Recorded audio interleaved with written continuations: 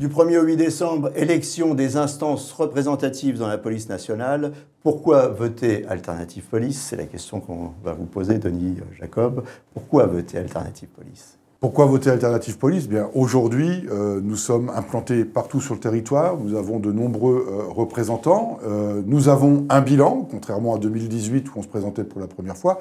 Et ce bilan, aujourd'hui, amène déjà quelque chose de très positif, c'est que nous avons obtenu 75 revendications pour les policiers. Alors, je ne vais pas faire la liste à l'après-vert, mais les principales, c'est l'oralisation et la simplification de la procédure pénale. Ce sont certaines mesures pour la lutte contre les suicides, notamment le réseau Sentinelle, et tout un tas d'améliorations des conditions de travail des policiers qu'ils pourront retrouver dans notre cahier revendicatif. Cahier revendicatif 2022-2026 qui vient compléter celui de 2018-2022, qui n'a pas été obtenu en totalité. Je pense notamment à mes collègues de brigade de nuit. Dans ce cahier revendicatif, il y a des mesures que nous n'avons pas obtenues, bien évidemment. Elles se complètent avec notre nouveau cahier revendicatif, et c'est les deux qui font notre plateforme d'action pour les 4 années à venir. Alors, un bilan, mais ce n'est pas tout. Il y a des actions en cours.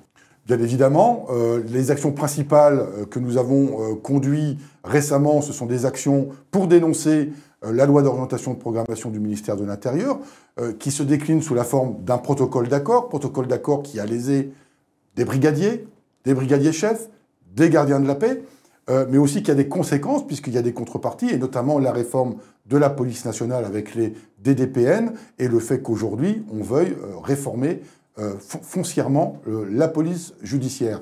Et on n'a pas attendu d'être en campagne d'élection professionnelle pour agir, puisque dès le mois de mars, nous avons conduit des actions auprès de l'administration, du ministre, des parlementaires. Et aujourd'hui, on a un engagement de revoir la situation, notamment des brigadiers chefs, mais aussi celle des gardiens de la paix pour leur promotion sociale.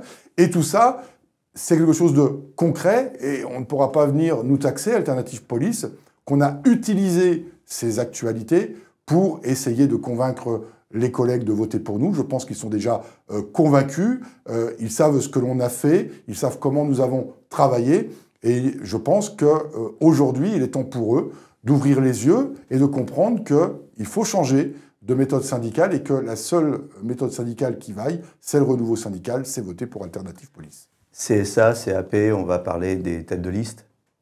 Oui, alors bien évidemment, qui dit campagne électorale dit forcément attaque des concurrents syndicaux.